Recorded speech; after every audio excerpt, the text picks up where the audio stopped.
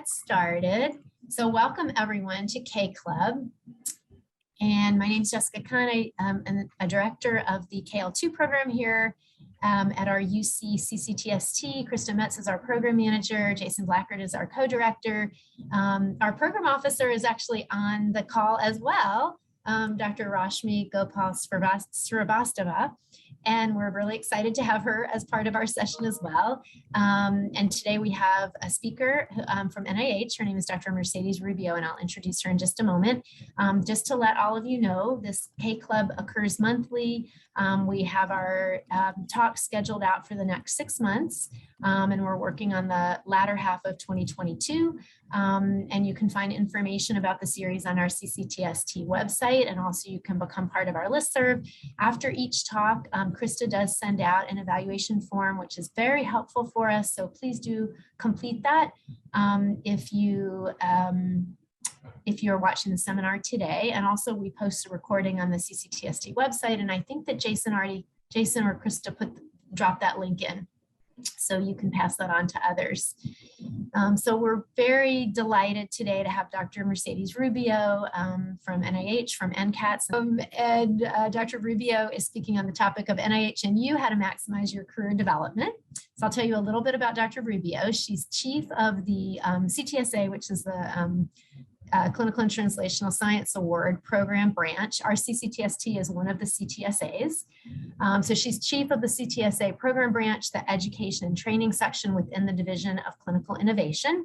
And she manages a portfolio of clinical and translational science award programs like our CCTST. And prior to joining NCAT, she was a program director of the National Institute of General Medical Sciences. And she managed a number of very interesting programs, including pipeline programs. So she managed a program called the Bridges to the Baccalaureate Research Training Program, an amazing program called the National Research Mentoring Network of the NIH Common Funds, enhancing the diversity of the NIH funded workforce initiative to promote mentoring of underrepresented individuals in medicine and science. She also managed the Institutional Research and Academic Career Development Awards and the Research to Understand and Inform Interventions that promote the research careers of individuals in biomedical and behavioral science portfolios. And she also served as a program officer in the NIGMS Postdoctoral Research Associate Program. She holds her doctorate degree in medical sociology from the University of Michigan, Ann Arbor. And she also completed postdoctoral training there in nursing in the area of HIV intervention and health disparities. And she has a number of areas of scientific expertise, including obesity, health disparities, psychiatric epidemiology, and science education. And she is very passionate about mentoring and coaching individuals and in terms of their career development. So we're just delighted to have her here today. And I will turn it over to you, Dr. Rubio. Well, thank you all. Thank you for the kind introduction. And thank you most of all for the invitation, and to Rashmi for facilitating the meet and greet and making it possible. And to all of you scholars out there, it's exciting. This is, as mentioning earlier, you didn't get to hear my comment. Being in your presence, even though it's virtual, is really the highlight of my job. This is the reason why I became a program officer and continue to love it, is that I get to interact with all of you and learn from you. So, you know, some of that gray hair comes with certain wisdom, but there's wisdom that you have that I always appreciate. So we'll get started. And just to bear with me, I like technology, but technology sometimes doesn't like me as much. So let me see if I can get the presentation up and running. And I think they told me I just hit this button. You can tell me what you see. Do you see it? Yes, ma'am, we do. All right. So you already said a little bit about me, but there was already a nice introduction, but I always like to tell people, get a feel for who's standing in front of you with a hat on. So just so you know, I was born in Mexico, but I grew up in Bakersfield, California. If anyone's from California knows, Bakersfield tends to be the armpit of the state. It's located way at the bottom of the Central Valley. I grew up in a very working class community. For undergraduate, I went to Cal State Bakersfield. I stayed local. At that point, I wanted to be an elementary school teacher. So there was no reason for me to leave home. But along the way, the research bug bit me. And I decided I'm flying the coop. And I went as far away as I was accepted, which was in Ann Arbor. I got my master's, my PhD, and I loved this so much that I stayed there for my postdoc. Ann Arbor was a great place. And I often tell people that if I close my eyes and I think about the two places that really tell people about who I am, is the Central Valley. You can see the farming, the fields with the mountains on that kind of cover two of the areas or three of the areas around Bakersfield and the Block M. So if anyone who knows me knows that those are two things I'm most passionate about. So I'm going to give you a general introduction about NIH and offer you some fundamentals of the grant process. Part of the reason I'm taking this approach is that if you learn how to read a FOA, a lot of the things that are in there kind of serve as like a nice roadmap. So I'm going to tell you about how to get started, types of grants, how do you plan ahead, help you digest a little bit the funding opportunity announcements, things that go into the consideration of what gets funded at NIH. And then I'm going to tell you about 3 opportunities for those of you who are case scholars with the CTSA that you might want to keep on your radar. So just some big, boring overview of NIH. NIH is one of 11 agencies within the U.S. Department of Health and Human Services, and currently there are 27 institutes and centers. And our big mission is turning discovery into health. Somehow it's not moving. Oh, did I go to? So some fun facts about NIH is that NIH is one of the nation's leading medical research agencies. We have an intramural component. And I put here, keep in mind this as a potential employer for you in terms of coming here after your postdoc or your postdoc and then as a case scholar. And also we have an extramural component. So it could also be another place where it can be an employer. You can think about having a job like Rashmi is in mind. NIH campus is the world's largest research organization. We have 6,000 scientists on campus, and we receive about 1% of the US budget. Probably was a little higher, just don't tell people during the height of the COVID-19 pandemic. We got some extra money. In terms of the fundamentals of the grant process. So how do you get started? Some nuts and bolts. Really become, first of all, familiar with the NIH funding opportunities, the priorities and deadlines. One way to get started is ask your mentor what institutes they receive money. That's IC shorthand, sorry, for institutes and centers. Do they receive mentor? This could be the first place that you get a sense of my science may match the scientific priorities of an IC. And then ask your mentor who is their program officer. Knowing who the program officer might be, that mentor could introduce you to that program officer as a way to start the conversation going with somebody. And something I tell folks is always contact program staff early in the early stages of the application. We can help you decide, yes, the aims are relevant to RIC or my division, or it might be somebody else's, but the conversation should start early. Sometimes folks wait a little bit longer than they should, and they find the conversation they have with their program officer underwhelming. And program officers don't like giving news of the sort of your science doesn't fit here, or we wouldn't have high priority on this. And those kinds of conversations can happen if you wait too long. You'd rather know that upfront than when days before an application is due. There's a variety of funding activity codes, and they are fallen in some ways in training, the training bucket, and then the traditional research buckets. And knowing a little bit about the alphabet soup does help. Don't be afraid to ask questions. And as you can see, there's a variety of opportunities in the traditional research grant bucket.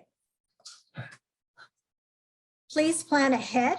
It begins with a conversation with a program officer, and hopefully you can see from seeing me with a hat that, we're human too. And we have sense of humor, and that we can be approachable.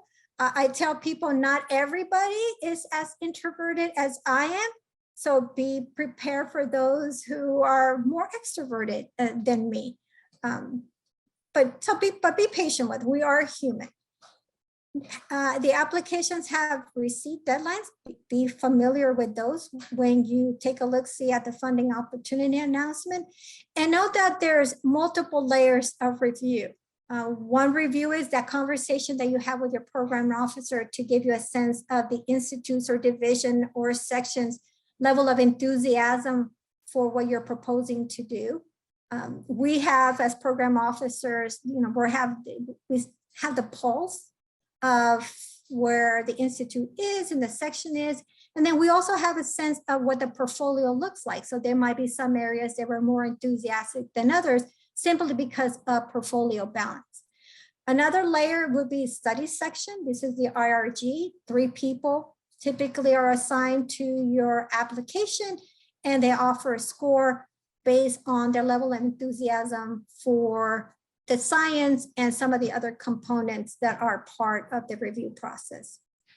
And here I put a reminder to look at the review criteria of the FOA. That gives you a sense of what the reviewers are looking for. Another layer of review would be the advisory board and councils.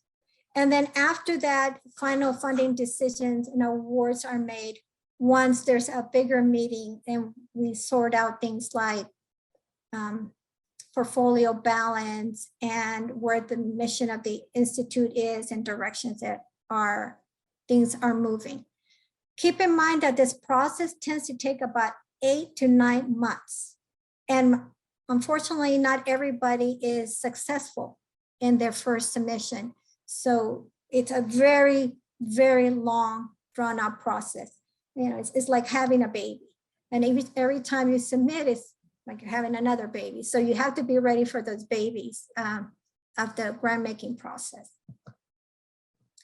I'm going to move on to a little bit of helping you digest a funding opportunity announcement, because I think this is where commonly mistakes are made or things that could be worked out. First thing to look at when you're looking at a FOA is see which are the participating organizations. I can't tell you enough in the 15 years of being with the federal government, how many times I have received an inquiry from somebody and said, oh, I'm interested in applying through, say, for example, your RO3, this RO3. And, but, my work is on this, that, or the other. And then one of the things I may ask them to say, well, are you currently a K fellow on one of the CTSAs? And if they say no, then they're ineligible. Or I have had the point that there's an RO3 that they want to submit to on mental health, and the National Institute of Mental Health doesn't participate in the call. So every time, if you're interested, find out who is participating in that. If it seems like your IC or your science that would go to a certain IC is not here, then you're not, you're really in some ways going to waste your time. So this will be the first place I will look to see who is participating in that call. The next thing that happens and people miss is this part here, where are the related notices. If there's any updates to the FOA, they show up in this section. And you will be surprised that when NIH issues a correction, it might be about percent effort or budget or whatever it may be. If you don't read these, when you submit an application and you don't adhere to these, you're going to experience some hiccups and maybe some unpleasant ones that you may want to avoid. So again, you start out with seeing who participates and what notice should I be aware of. It could be sometimes some things get rescinded and you need to know. So look at that section, and the list can be short and the list can be long. It really does vary. And we apologize ahead of time how much we're going to make you read. The next thing you will need to know and keep in mind, especially as you put in an application together, is what is the funding opportunity announcement. So when you try to set up a phone call with your program officer, for example, in the subject line, you may want to say, questions about PAR-21121. So that way they already know. And they're able to pull up that FOA. So these little things like this will help you as you negotiate and work through your conversation with your program officer. The other thing always is to read the purpose of the FOA. Read it, and sometimes what we say is not only read it, it really is digesting the FOA. Read it and make sure that you understand, or are there questions that you may have from the purpose of the FOA that you can ask your program officer. That is something that's also we help out with things like that. That's also our job. Other things, know the application due dates. When are they due? Most of these follow standard due dates. This page will give you a sense of when it's supposed to come in, when is it going to the scientific review committee, when is council going to meet, and then what is the earliest start date, so that you have a sense of the timeline for yourself. And I'll come back to the funding contact. After some of the questions that came in, I added more slides. So thank you for those who submitted questions. Questions that you should also, and this came in, I believe from some of you, is eligibility. So how do I know who's eligible? And in terms, for example, citizenship is a question here. Find in the section of the FOA about who are the eligible individuals for this. This will tell you, again, they may provide about citizenship. Here it tells you in terms of this FOA that you need to be scholars who have received that ECTSA, who have been K-12, or those who have been some of our awardees for the diversity supplements or reentry supplements. So knowing who is eligible is very important, and this helps when you already know ahead of time.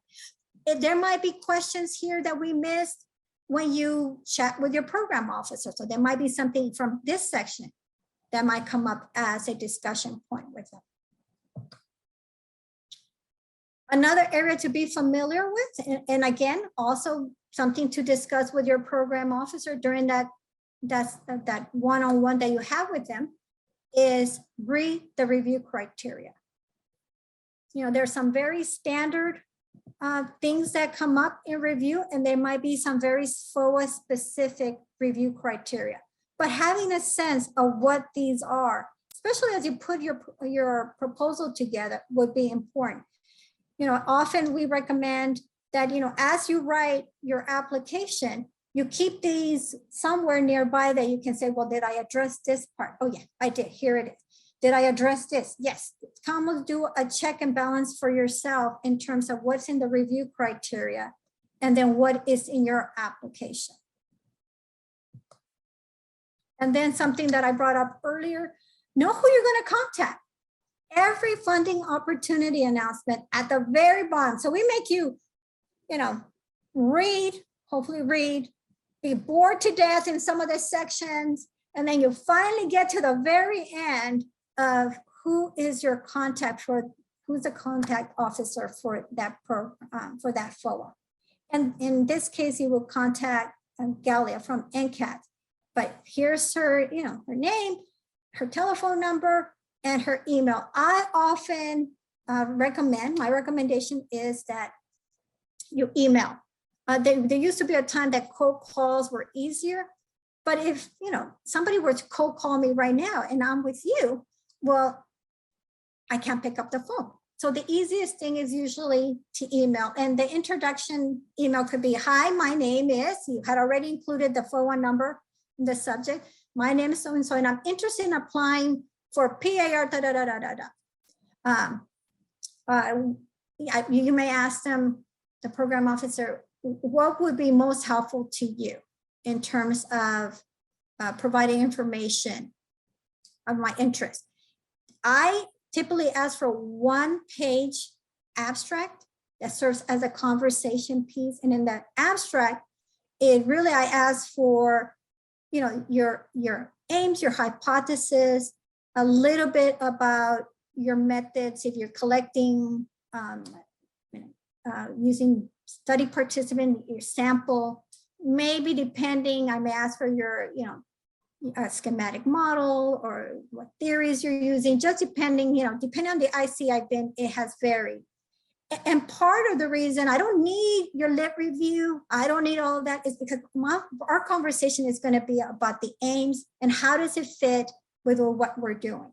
The peer review are going to talk, they're going to review the scientific merit in terms of, did you address an important area, blah, blah, blah, this and that. My job is to help you figure out, are we the right ICs? And if you did do well in the peer review process, would we have enthusiasm for paying it? And I would also give you information about portfolio balance. But I don't need the whole application. I only need 1 page. And from there is where the conversation begins. And as already mentioned, some of the factors considered for funding will be, what's the score that you received? The lower the score in terms of what you receive in the percentage, it means it's more meritorious. We think about the application in terms of the contribution to the mission of the Institute. We think about program balance, and we do think about availability of funds.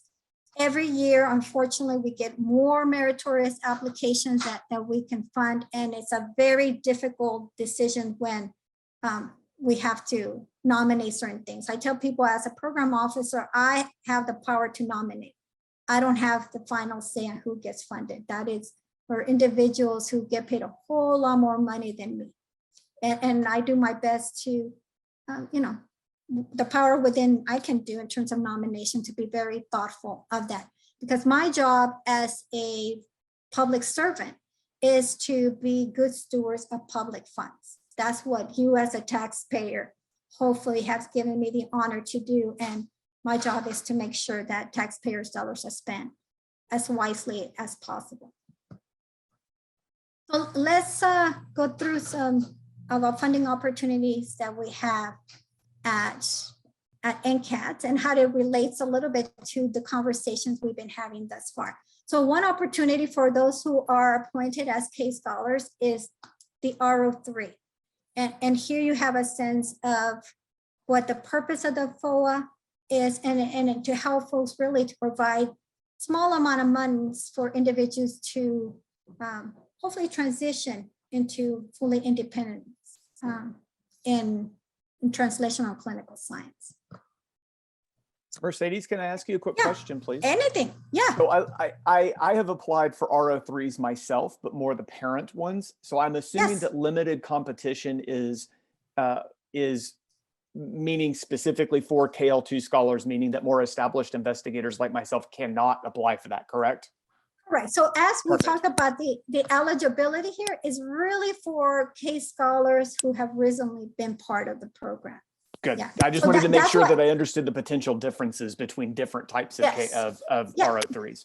Thank you. But see, you're asking the kind of perfect question. You're modeling this so well, Jason. You're freaking me out, because that's exactly what you're supposed to do, right? You contact us and, am I getting this right? And as a program officer, I help you say, yes, you're absolutely right on that one. Or no, this is how our rate of thing is. So thank you for modeling that so well.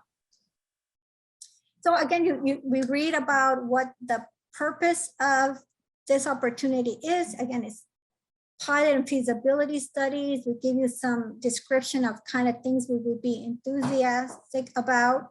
And then we also tell you about the kinds of things that we would not be happy with. So this is also part of reading the FOA carefully. Know what we would be enthusiastic about, but also know what kind of things we would be non-responsive and what kind of things we would send the application back, or why we wouldn't review it. Here, as I told you, in every FOA, it gives you a sense of how the scientific merit is going to be evaluated. And so every FOA has this, and it follows a formula. A lot of these things are template, but they're very specific things for each FOA. But so we cover significance. Does the project address an important problem or a critical barrier? Is it rigorous? So all of those things, as you write your application, think about it. Will you be able to say yes when you answer these questions? They're going to look at you as the investigator. No. What career stage have you demonstrated ongoing record of accomplishments? They'll look at this through your bio sketch, typically. Is it what kind of innovation is taking place here? Does the application challenge or see a shift in current research? So all of the FOAs have a little bit of standard language. So we'll be looking for innovation as well. It will assess the approach, the overall strategy, methodology, analysis, all of those things. So part of the reason why I asked for a little bit of the methods that folks will be using is so that I can help folks think through some of these things along. I'm your sounding voice. I'm your devil's advocates when I have these one-on-one technical assistance calls. And we go through some of these things. So that's why I asked for that part. Being you're part of the CTSA community, we understand you're in an excellent environment, but that is also something that the reviewers would take into account. And then be aware when you look at all of these FOAs as well, is what is the budget going to look like? And, we can talk about those things on our one-on-one as well.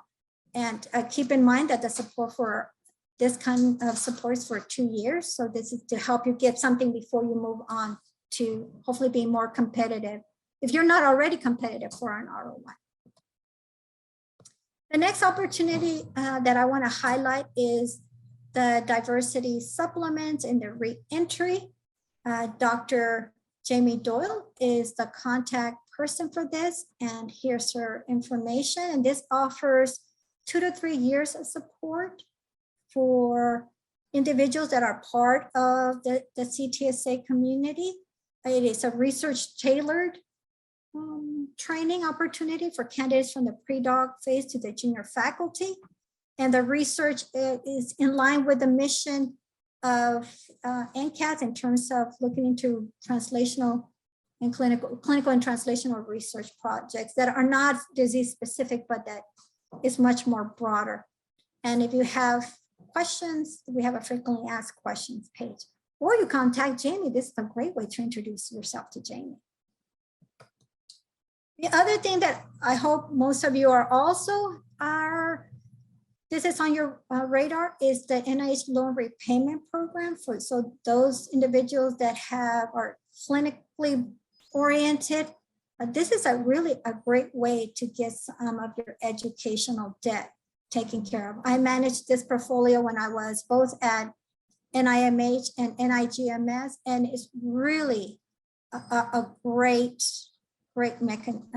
mechanism. This is not a grant mechanism. This is a pseudo contract mechanism. And the nice thing about this is that if you have already submitted a K application or another or type of award, not necessarily the R1, but a K, you can use the same aims that you had in your K for the loan repayment. It's not a double dipping because, again, this is not a grant mechanism. But what I would tell folks, what was nice about the loan repayment program, it is that it is peer reviewed. It goes out to 3 reviewers, at least they went to and mental health. And the reviewers provide a short blurb about their general impressions of you as a candidate and your potential to transition to independence.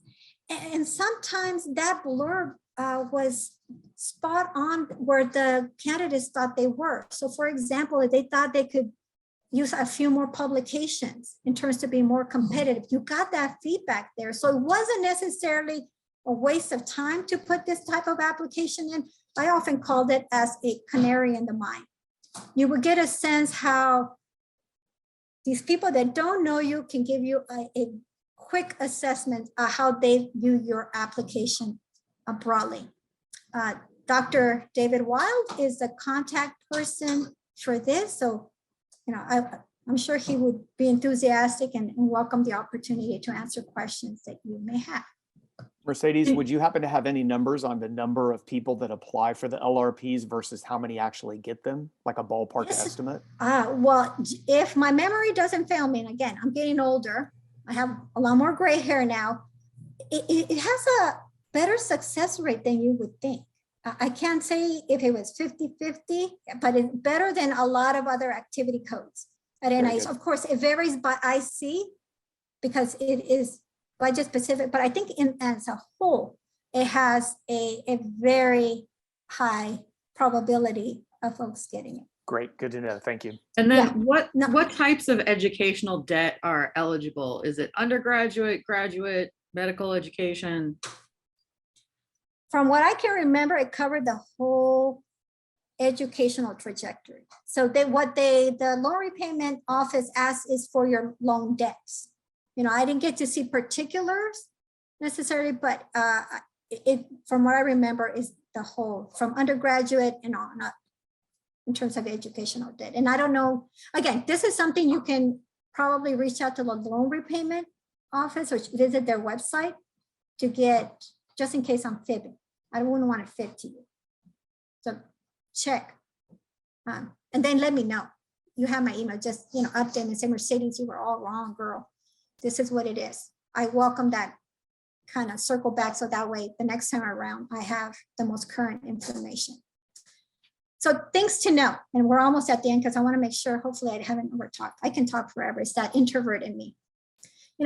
Know for you, what is your potential role as an applicant? Do your homework. Know what are the eligibilities for each of the activity codes. Is citizenship or US resident required or not required? If you don't already have one, get an ERA Commons account. This is the way NIH will communicate with applicants. You will find out we got the application, what study section, when it's being reviewed, your score, summary statement, who your program officer is. Probably way too much things that you would, but this is the way. Also know and work with your office of sponsor programs, know who are these individuals and know about the deadlines, internal institutional deadlines that you would have to work through. And then of course, know what type of grant is right for my idea or my career phase. This will depend. Read the funding opportunity announcements. And one of the things that I tell for folks who are maybe not quite ready for a K, or say you're not a US citizen and the application, the FOA calls for that, great other funding sources are foundations and professional societies. We have seen where, someone needed just a little bit of pilot data to be competitive for, say, the K.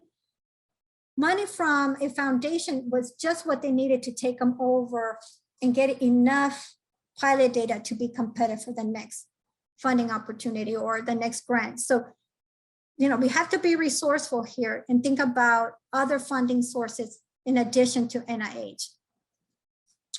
Something that tends to come up a lot in our discussions, what comes first, the job offer or the grant brings that job offer. NIH doesn't fund every single person that gets a faculty job. It's just the numbers don't add up. There's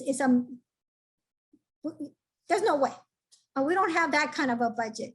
There are people who get awesome job offers without any grant funding. So don't think necessarily that you need a grant in order to get that job offer. It's great when you do have that kind of constellation, the stars come together, but sometimes it just doesn't happen. Even foundation money can serve as a great way to get certain kinds of jobs. Do I call a PO before applying? Always, always, always. That's what we get paid the big federal bucks for. So we're here for that. Again, not everybody's going to be as introverted as me, but we're here. And as I already mentioned, how long does it take? It takes at least 9 months if you're lucky. How do I track my application? I already mentioned, establish an ERA Commons account. This is the way NIH communicates with you. You'll know the assignment, PO, study section, score, everything in there. I got funded. Now what, work with your office of sponsors programs to find out if there's anything particular with your institution.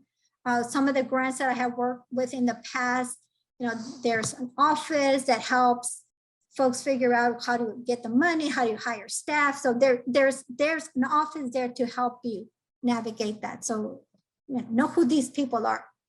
And again, each institution has its own particulars. Find out what are the particulars for the place you're at. Not funded. Now what? You come back and you contact your favorite PO and talk about next steps. Is the application something that you should resubmit? Do you revisit something? And work with your mentors and institution to establish the plan for the next steps. And I will end with this. So this got recorded, so I guess the secret will be out after this. So, my apologies. It's not just going to be this group. Do you know what is the best kept secret to get it funded by NIH? I'll let you think about it for a minute, unless anyone wants to unmute themselves and be brave. Let's try to answer this question. You ready for the review?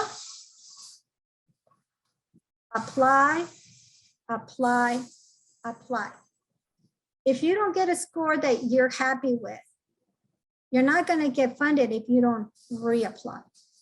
And we find people sometimes just for whatever reason, it takes the wind out of their sail, but keep applying. This is the best kept secret. If you don't apply, you won't get a grant. I know it takes a lot of time and it's a lot of effort, and sometimes it's not the nicest thing to get a score that doesn't resonate with you, but keep applying. Questions? And thank you. I do have a question. I'm going to stop sharing. I have a question. Sure. So you talk, and I've heard, others give similar advice, touching base with your program officer, trying to get a sense of, are your aims relevant? Are they a high priority? What's the level of enthusiasm? I have occasionally found that sometimes there's a fine line because, of course, POs don't I don't know if it's they don't want to make guarantees or if there's some things that aren't appropriate to share or to ask. Can you give a little bit more insight into how to kind of navigate that space between asking for the answers at the back of the book versus trying to just get a sense of like you said, are these aims a high priority? How does this fit in the portfolio? Are you on the right track?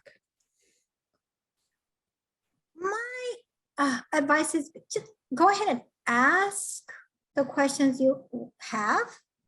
And then my approach is, if there's something I can't answer, I just tell you I can't answer that, right? I mean, there's things that I can be very forthcoming about it, and they're just things that I can't. I mean, and there's, so for example, what would be one? I can't answer how many applications came in this round, because that violates all kinds of rules. So I just say I can't answer that. I mean, I know you would like to know, but I can't answer that. I can't answer who were the reviewers. I can't answer that. The roster, when you get the summary statement, the roster of the individuals who were part of the panel are listed there, but I can't tell you who were your reviewers. So they're just things like that that I can and cannot answer. But ask, and then if the program officer says, I can't answer that, well, they're telling you what we legally can and cannot answer.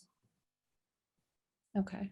So do you, I mean, I guess how to get a sense of what aims are going to be something that's, you know, a high level of interest for the NIH where, or whatever agency it is that you're applying for, without saying, is this aim good? Is that aim better? What do you think? I mean, because it seems like that's sort of getting into a territory that isn't productive. And so trying to figure out, yeah, how do you get the sense of how that So goes? I tend to be a straight shooter, even though probably when I'm that straight of a shooter, people don't like. But I don't, my style is not to misguide you or mislead you in any way. So if I already have, so what I should also say, let me back that up by saying, we attend a lot of review sessions, a lot. We get to see all kinds of things that come up in terms of come in as application.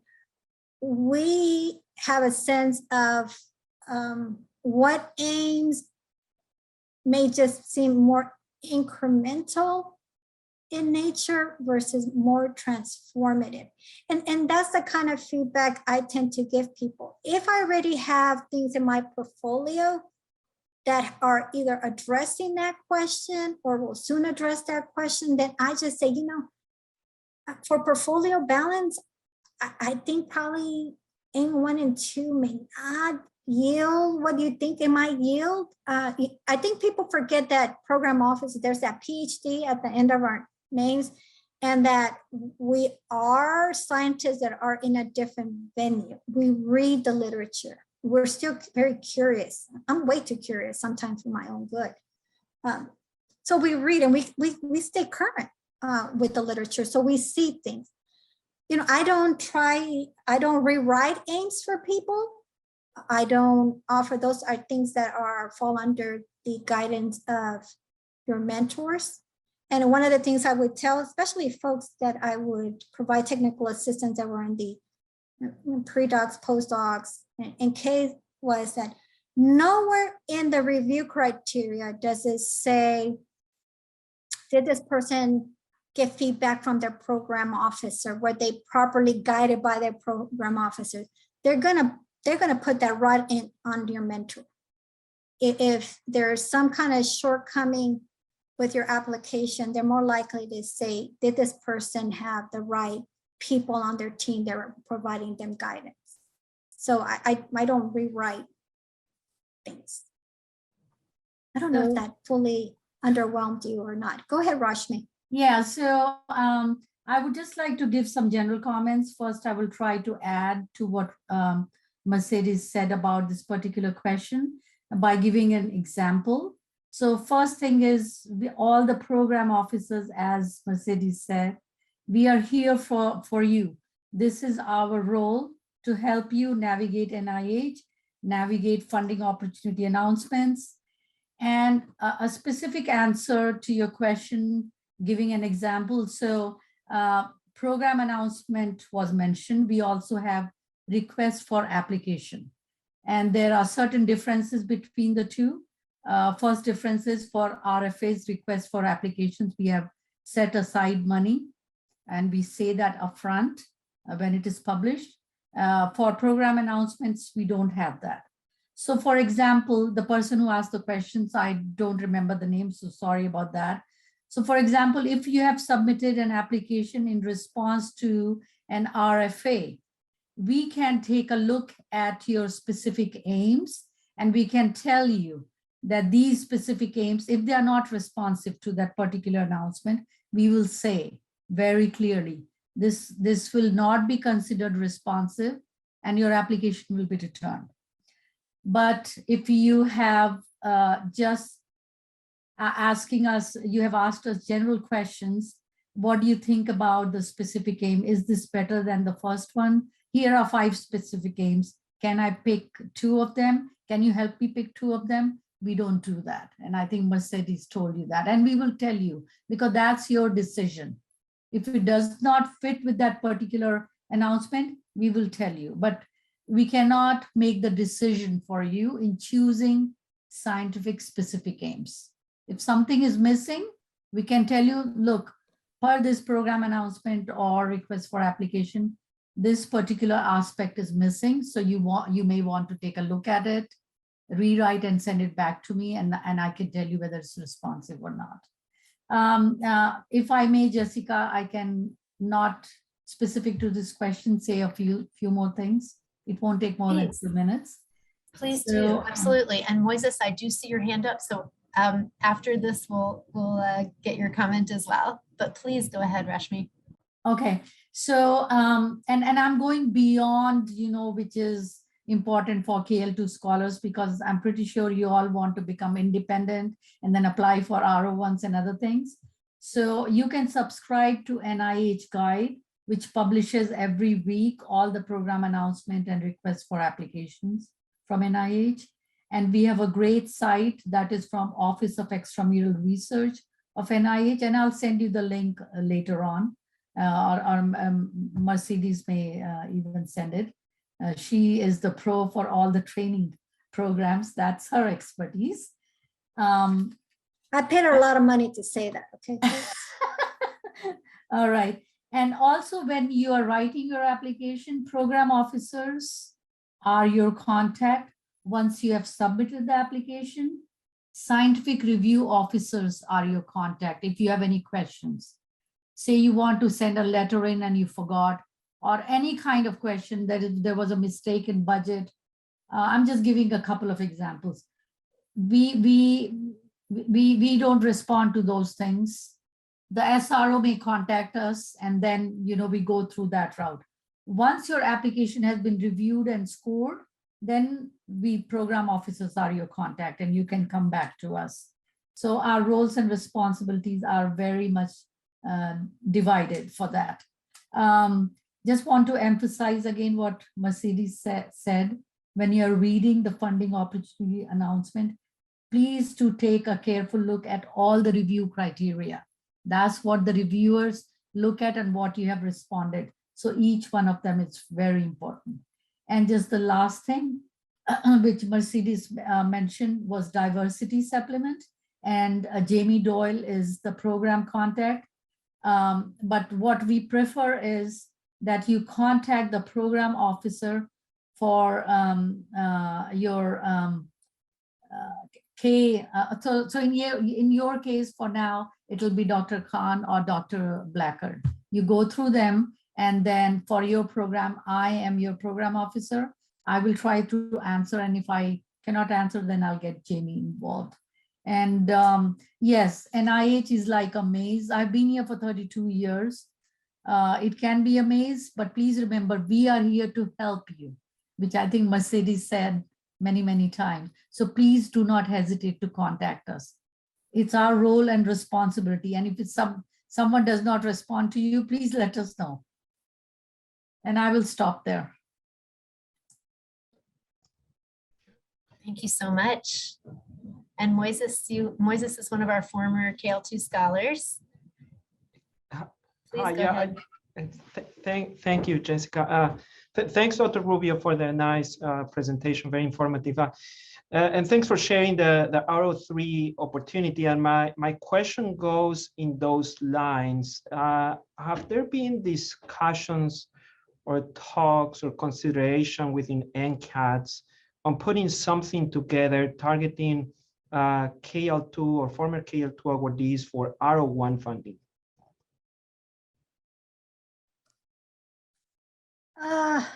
Okay, I'm trying to decide if that's like what, I think there's general discussions, and we'll leave it at that.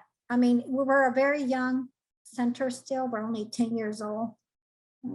I think there's discussions, but it's a much broader thing. So I think our move to having an R03, it's a way to figuring out ways to be as supportive to the K community as possible.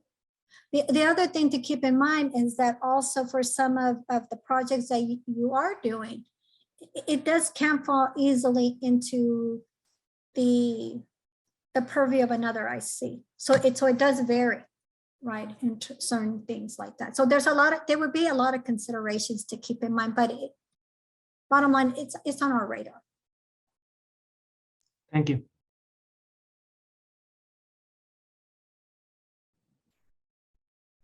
Other questions for Dr. Rubio? Or for Rashmi. Yeah.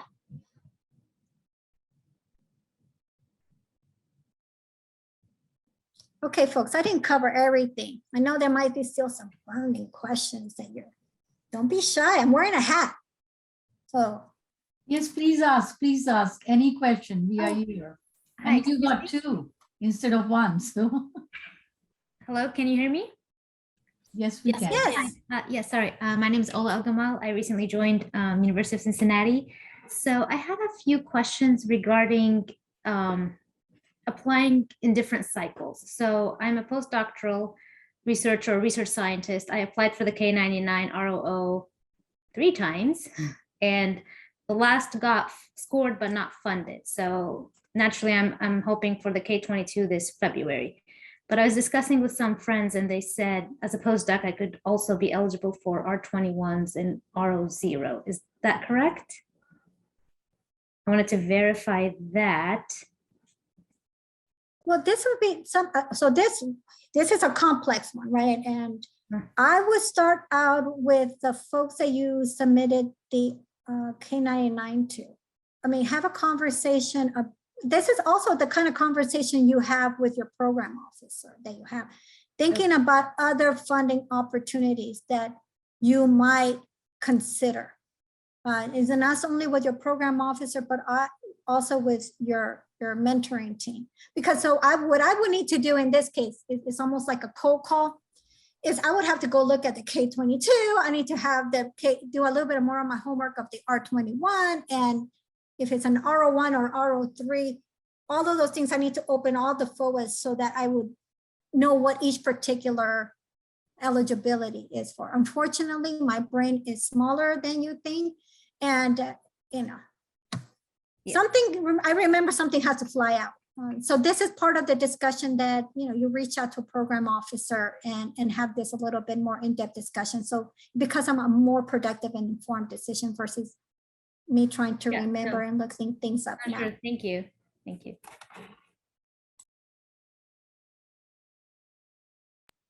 But that was another great teachable moment there. And I'm glad you're setting an example for others of a perfect opportunity to contact a program officer. Thank you. Can I ask you a question? Hi. Yes. Hi, I'm June Godo. I'm assistant professor here. And then we tried RO1 actually twice already. And then sometimes sometimes scored, not scored. We also tried the same mechanism, same study section for R21. Also sometimes scored, sometimes not scored. And I also talked to the program officer about the study section, and this is the study section she recommended. But when